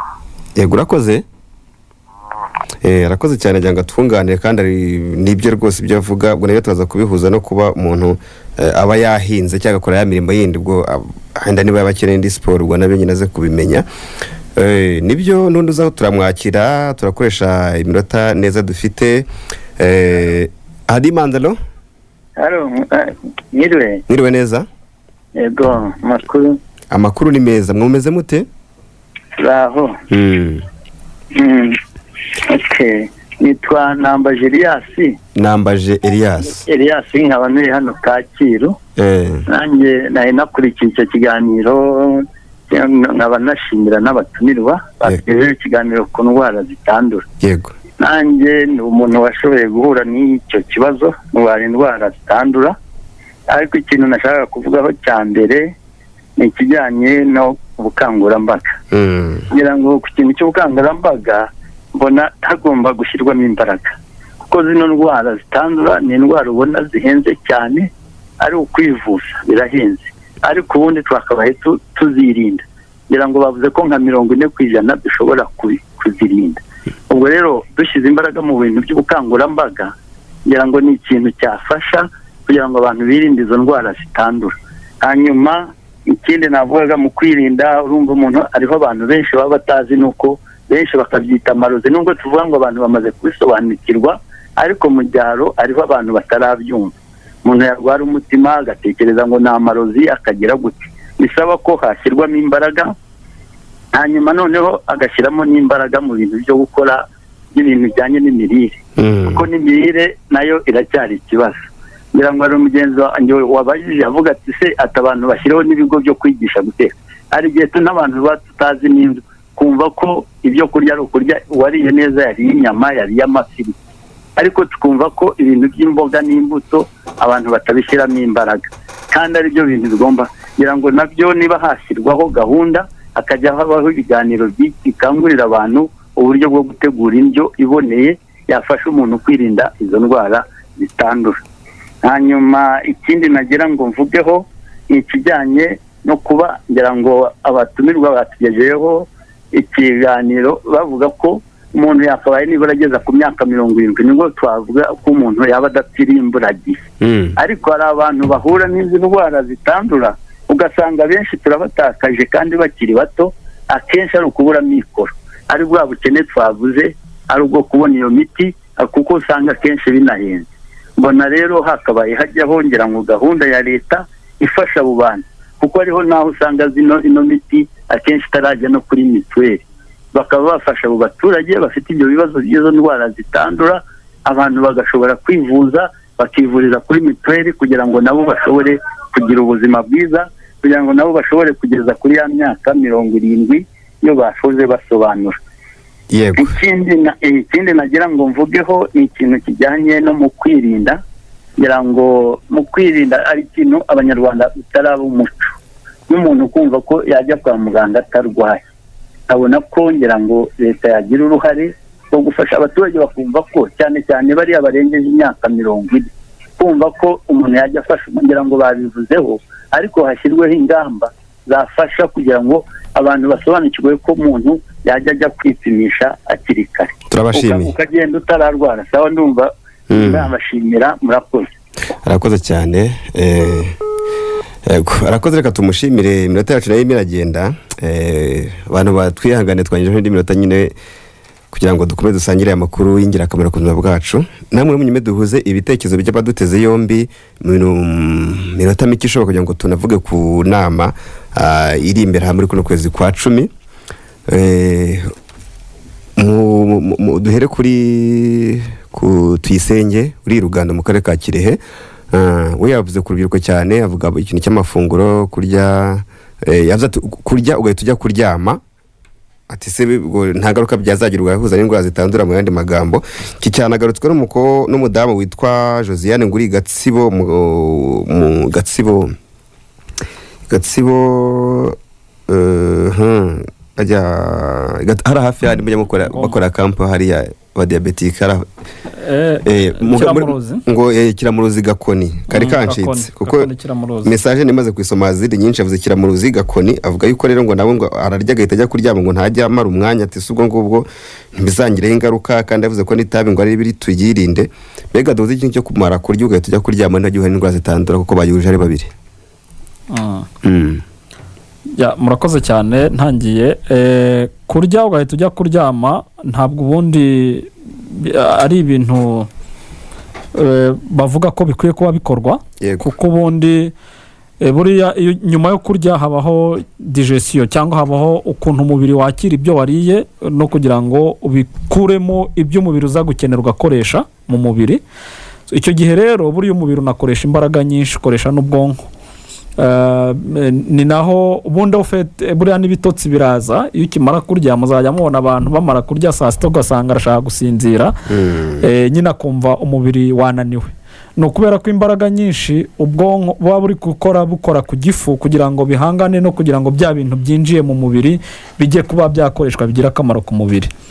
So rero bimwe twavugaga byo kuvuga ngo kurya ugahita ujya kuryama ntabwo ari byiza mbere na mbere, ariko n'igihe byakozwe ntabwo byaba ari byenda gutera izi ndwara zitandura, ahubwo kereka iyo utagize ufata n'umwanya na mukeya ngo ukoreshe ibyo bintu wariye, kuko ibyo wariye bidutera imbaraga.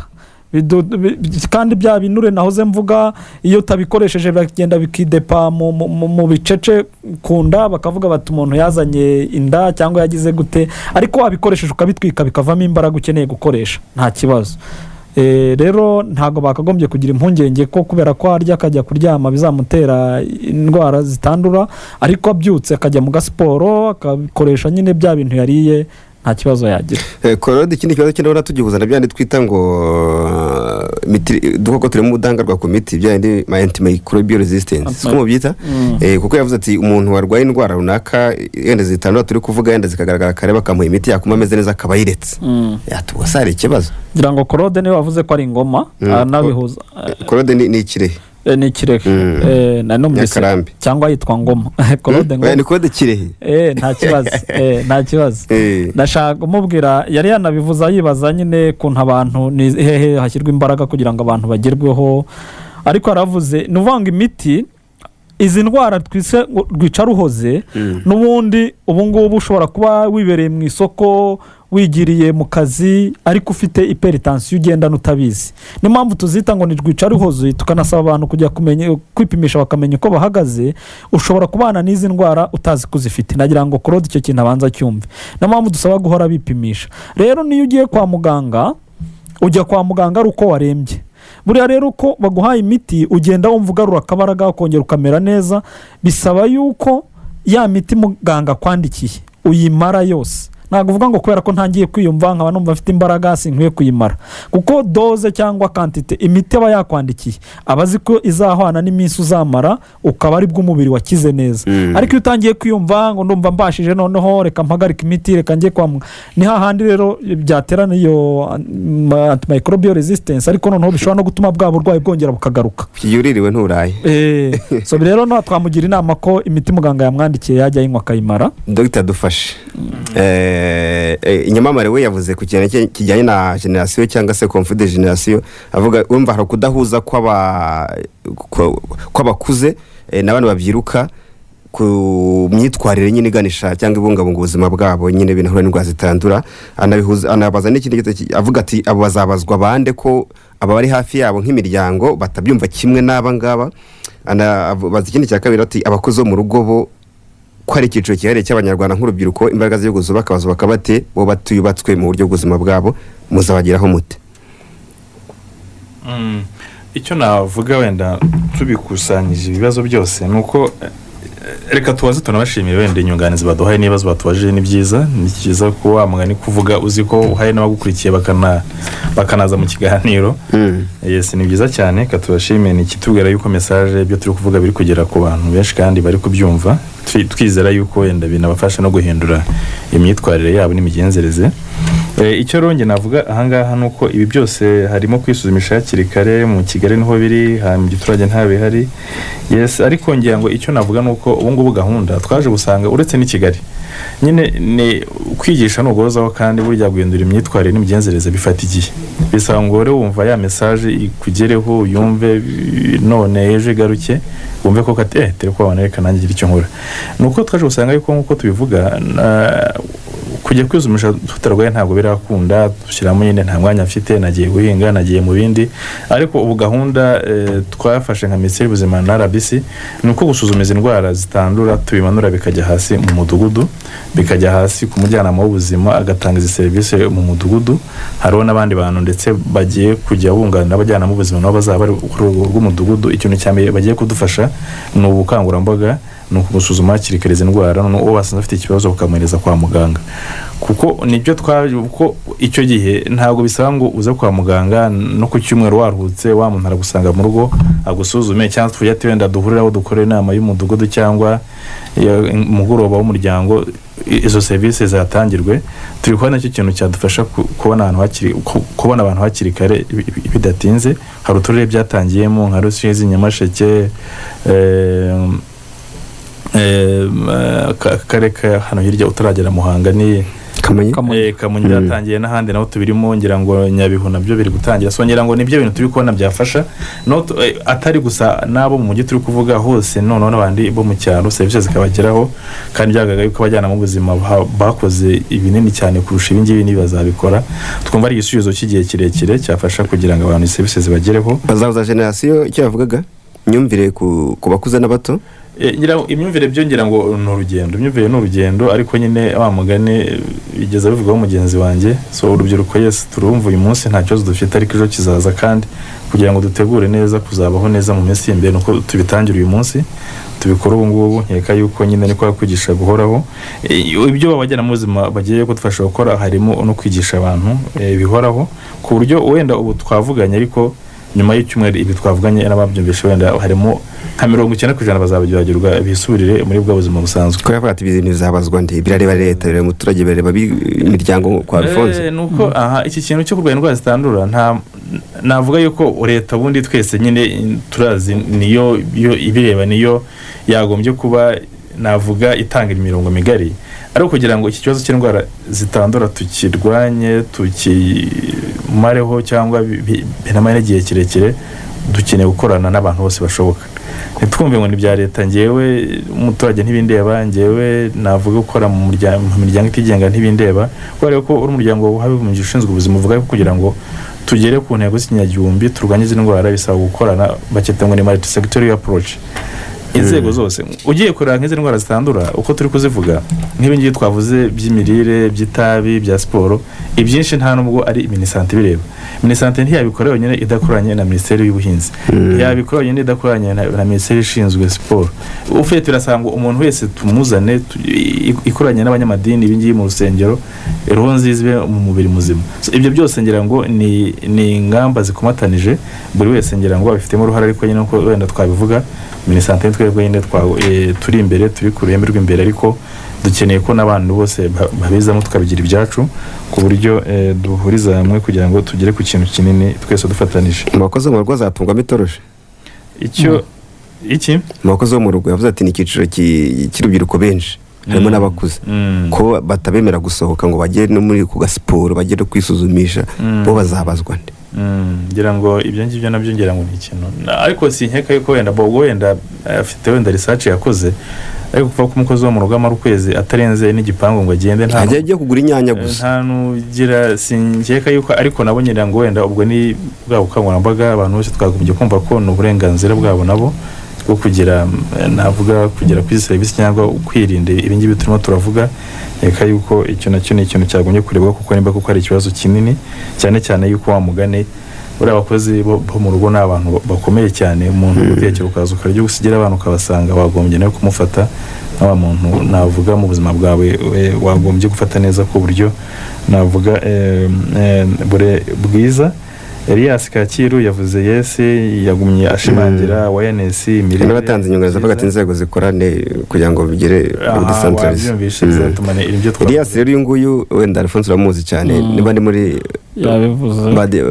b'impyiko ko yarasimbujwe impyiko nawe ari muri association yabo tunamushimiye cyane ko yemera gutanga ubuhamya kuko abantu bazi ko umuntu harabavuga bati ndi usimbujwe impyiko ntunabaho cyangwa irwaye ubwo nawe arahari yatugira inama nziza cyane anatwibutsa nyine ko kwirinda ari byo bya mbere kandi aduhamya ko yahuye nazo uko zihenze n'iki byose ariko yanavuze ati iriya miti se ubwo mukomeze birebweho nyine ku kijyanye no korohereza ubuvuzi abarwayi zino ndwara dogita iyo gahunda irayo gukomeza kuborohereza cyane ko nka dialyse ibihenze n'ibindi byose ibihenze nyine ni impamvu tuvuga ngo twirinde kubera ko izi ndwara kuzivura biragoye ubushobozi ntabwo buhagije ariko leta nta kitari gukora kugira ngo bishyiremo imbaraga harimo ibyatangiye gukora ariko harimo n'ibindi biri kuza ariko ibyibanze nuko twifuza yuko buri muntu ajya kuri dialyse ajya gusimbuzwa impyiko ari uko tutamubonye hakiri kare cyangwa za serivisi zo hasi zitagenze neza imbaraga tuzishyire kuri bya bigo nderabuzima byegereye abaturage ku bitaro by'akarere yego ntibizabuza yuko hari bake bazazamuka bakagera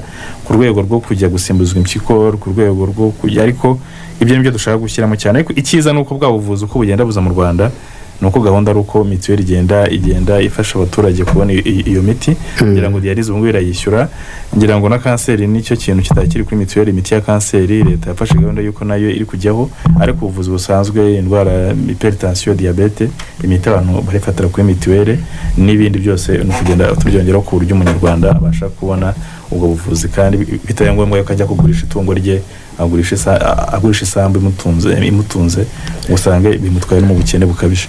Telefone ko ari nyinshi mwabana nyunganizi okay. Karame Louis Celestin, icyo nendaga gusorezaho, reka dusaba abatumirwa bazaduhe umwanya bajye baza kekerega n'ubundi buryo bwo kwigisha n'abantu. Hanyuma kandi ikindi nakubwira, ntabwo ari mvuga ibintu ngiye bidafite fagiti, buriya ngo uhaye igitekerezo nuko mba mbizi.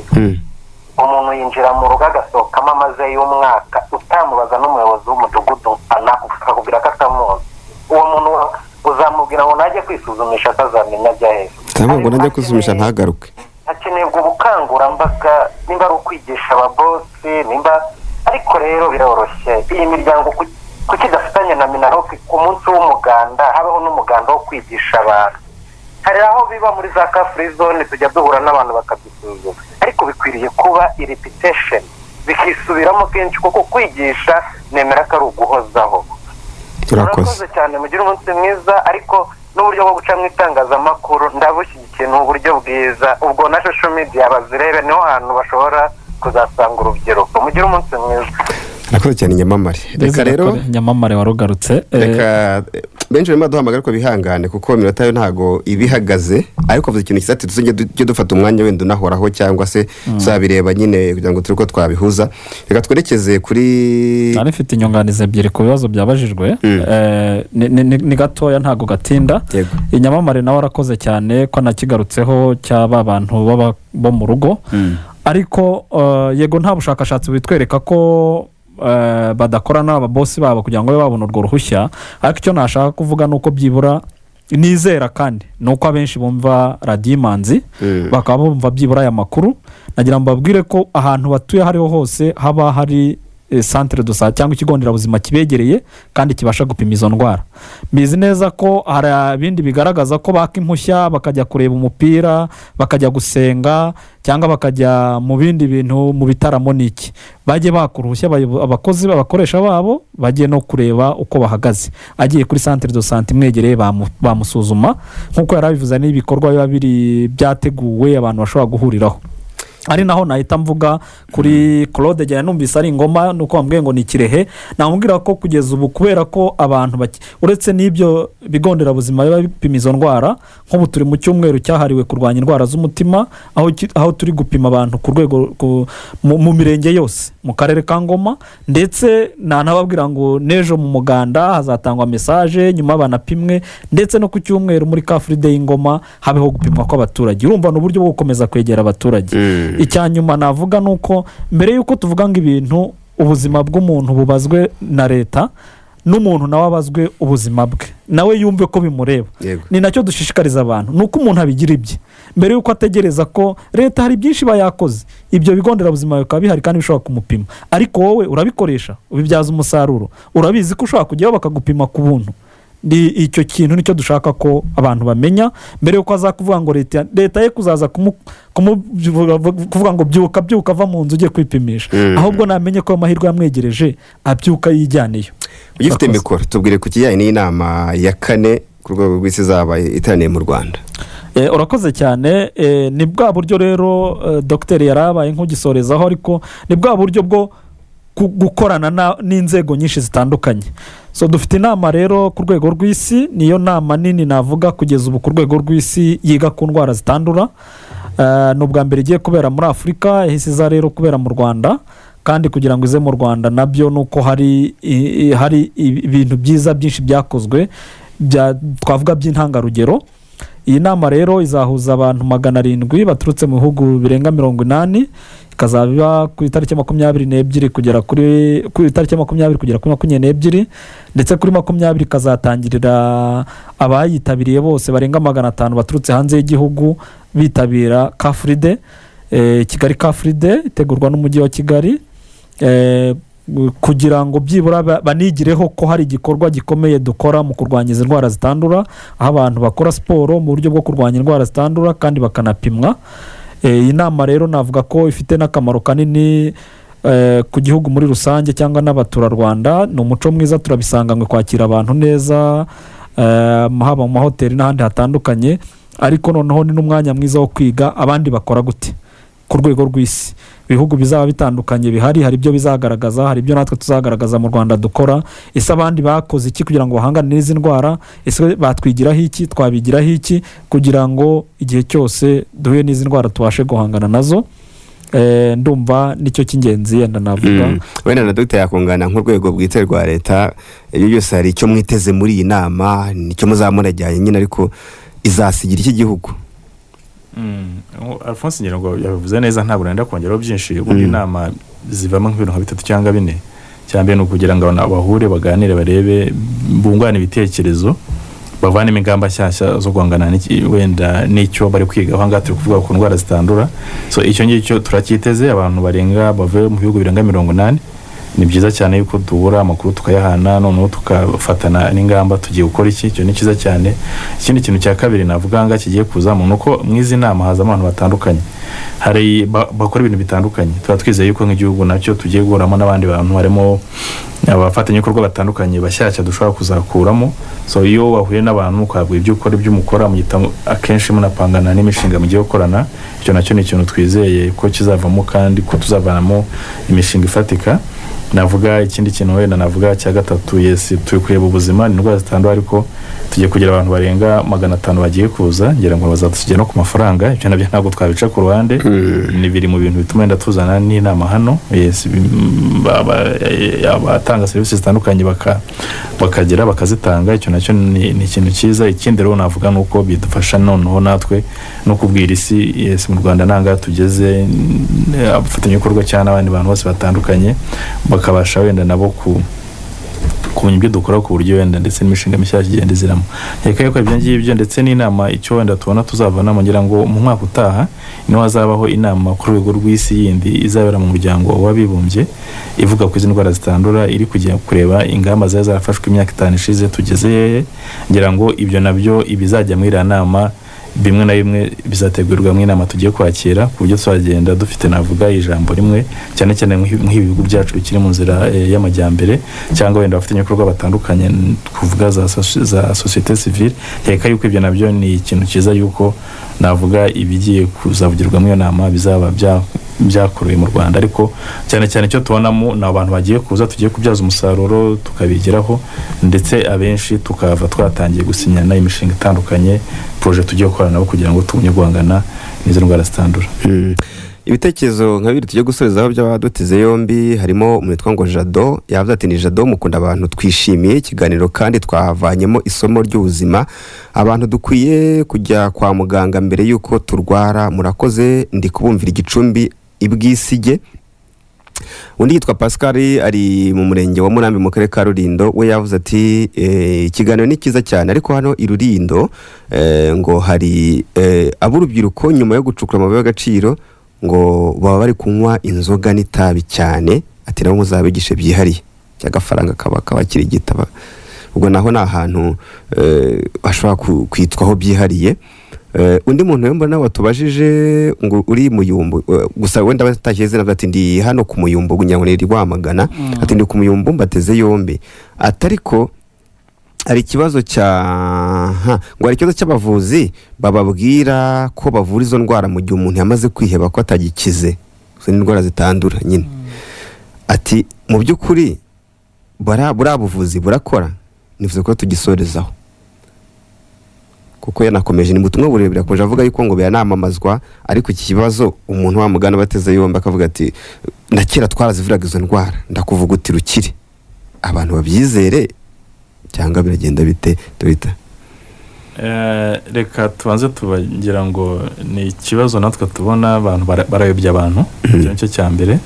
So ubwo buvuza kenshi kumbwira ko indwara zitandura ari umwaka, indwara zitandura baravuga ngo tuvura indwara zidakira n'izananiranye, tuvura umwaka, tuvura iki, tuvura inyatsi. Ibyo rwose ngira ngo icyiza nuko ngira ngo yenda nyine no muturage cyane abandi batangiye nawo kubyibazaho buri izi ndwara zitandura cyane n'izindi zose buriya no kukuvura birimo ibintu bibiri, hari ya miti ariko harimo nawe kumva kuko kugiye kujya mu rwo rugendo hamwe na muganga. Akenshi hari igihe rero wa muganga uragiye akubwira ko akuvuye kamara kagaruka ukumva imbaraga zagarutse ariko ni ibintu bitaramba, inyuma noneho ugaruka ya ndwara kwa muganga wari ufite yaramaze kukurenga. Ibyo navuga yuko ntago ari byo babaye bavura, ntago isi yose yabihangayitse ishakisha ni gute twavura birushijeho nimba abantu bafite umuti no kwisate dusante ubwo twatuhabasanga ntago rwose ngira ngo twaba tunakize niko nakavuze, ngira ngo hari imiti banavuga itaranabaho. So ngira ngo wenda muri rusange ntago ari byo, ni kwa muganga ubuvuzi burahari, abaganga bari kwigishwa n'abadahari bazaboneka mu minsi ya vuba. Leta yashyemo imbaraga, imiti iragenda iboneka, imituwere yacu irakora, ndetse n'ibitarimo bikugenda byongerwaho. Turi kumanura hasi gahunda zigere ku bajyanama b'ubuzima, umuntu abona izo serivisi atiriwe aviwe. Reka izo ayo mahirwe leta iri gushyiraho tuyakoreshe, abo ngabo tubareke. Ikindi kintu rero ngira ngo sinzi nimba ikindi kintu umuntu witwa Donate dushimire cyane Dr. twamukunze cyane ukuntu asobanura neza, ariko azagaruka n'ukuri. Dona mbwirira Celestin ahubwo nejo ntugaruke Celestin, ariko nkuko nyine banabivuze ni byiza. Ndagushimiye, ngira ngo ni byiza yuko wenda wa mugani ubwo reka twinegure turimo turasoza. Iyo uvuga cyangwa iyo wakoze ibintu ntagiye no kubwira ngo wakoze neza, burya hari igihe uvuga ati wa mugani ibintu navuga barasinanabeshyaga cyangwa abantu babyumvisha urakoze. Nkeka yuko rero ngira ngo uru rugendo nkuko twigeze kubivuga ni urugendo navuga ko ari urugamba twese twagombye kujyanamo, cyane cyane ko n'insinzi tugomba kuzayisangira, cyane cyane uko wenda uretse no kwisangira ni ibintu twagombye gutangira kumva yuko ikibazo kirahari. Ntago ikibazo kiri mu bakire nkuko benshi bakunda kubivuga, na wa muhinzi wiri guhinga na wa wundi nawe iki kibazo cy'indwara zitandura kiramureba. Tugerageze tugabanye, twirinde bya bindi byongera ibyago, kandi nkuko twabivuze ko imyaka igenda yongera, ibyago birongera, twisuzumisha hakiri kare, dukurikize inama za muganga. Ikindi kintu rero navuga nuko wenda mu gusoza reka tubashimire cyane itangazamakuru. Nkeka yuko ubundi ubukangurambaga niyo ntwari ikomeye cyane mu bijyanye no guhangana n'indwara zitandukanye, uretse wenda na ntuzana n'izi zitandura turi kuvuga. So turabashimira cyane uruhare mu bigiramo, ngira ngo rero tuzabashimira cyane mwongeye kutubwira ngo tugaruke, kugira ngo iyi message hore mu matwi y'abantu. Buri yuhura ubwirwa yavatire kwa mugani reka mpinduke. So turahari, nicyo tubereyeho cyose. Wenda ngira ngo nubwo ufatanye kuko dushaka gushyira imbaraga cyane abantu tubigishe, kubera yuko ntabwo bagije gushyira izo serivisi abantu batazi ko zihari, batazi ko bajya bikabafasha. So ngira ngo nindi navuga nk'umwaka by'umwihariko tugiye gutangira ikintu cyo gukangurambaga, ni ikintu nuvuga tugiye gushyiramo imbaraga cyane ko burya ubukangurambaga ni bwiza ku bukorwa, ariko ufite n'ibisubizo byaba abantu wenda uzasanga ameze indwara turi kuvuga. Uwo twakishimira ko n'ubu ubuvuzi bwo kubasuzuma, bwo kubavura burahari. None reka twese tujyanemo rero dukangurira abantu bahindura imyumvire, bisuzumisha hakiri kare kandi birinde. Reka yuko twese nidufatanya iki cyorezo tuzabasha kugihashya. Murakoze cyane. Alphonse nawe tugara ku musozo nk'umunota nk'umwe, nyuma y'uko leta cyangwa se RBC na Minisante badushyiraho izo politike tugomba gukurikiza n'ingamba, ariko muri mu mayifasha gushyira mu bikorwa izo ngamba mu hafi y'abaturage cyane, wenda nta n'ibikorwa mujya mukora muri Kafride zo gupima no gutanga inama ku bantu bayitabiriye. Nawe ugira icyo usigira abantu baraduteze yombi nk'umunota umwe. Urakoze cyane, nta nubwo ngugezamo. Mbere na mbere no gushima, kandi gushima mu buryo bubiri. Gushima ndahera kuri mwebwe twabanye hano muri studio za Radio Imanzi, kandi ngashima ko Radio Imanzi yadutumiye muri iki kiganiro. Ngashimira abantu bose badukurikiye, kandi nkashimira ko ibyo twavuze bagiye kubishyira mu bikorwa. Nkabashimira ko bagiye kubigira ibyabo, kuko ibi bintu giye message natanga nuko umuntu abigira ibye, yumva ko bimureba kurusha ko ategereza ko hari icyo undi muntu azaza kumukorera. Icya kabiri nuko nabasaba kumenya uko bahagaze. Hari uburyo bwinshi bwo kumenya uko uhagaze. Izi ndwara zirapimwa mu bigo nderabuzima byose. Ahantu hakwegereye wajyayo kwipimisha uretse n'uko haba hari izindi gahunda zigenda zipima abantu ku buryo butandukanye. Numva rero ibyo bintu tubashije kubigeraho rwose twazaba tugitsinze. Ndabashimiye, murakoze cyane. Hanyuma rero namwe duteze yombi ikiganiro nk'iki kuva ku wa mbere kugera ku wa gatanu ku isaha y'isa 5 tugana ku ngingo zitandukanye n'abaturwa batandukanye. Ntukabure ni 105.1 FM. Nari Pierre Celestin Nirora, abatumwa bacu rero Rwanda bahekereje ku musozo w'iki kino kiganiro. Gahunda za Radio Imanzi zikomeze zibanogere ibyiza bibe kuri mwebwe n'abanyu. The Interview ni umwanya mwiza wahariwe inzobere mu ngeri zitandukanye kugira ngo zibagezeho iby'ingenzi mu mibereho ya buri munsi, aho muhabwa umwanya wo gutanga ibitekerezo ndetse n'inyunganizi kugira ngo murusheho gusobanukirwa. The Interview ni buri wa mbere kugeza kwa gatanu kuri Radio Imanzi 105.1 FM.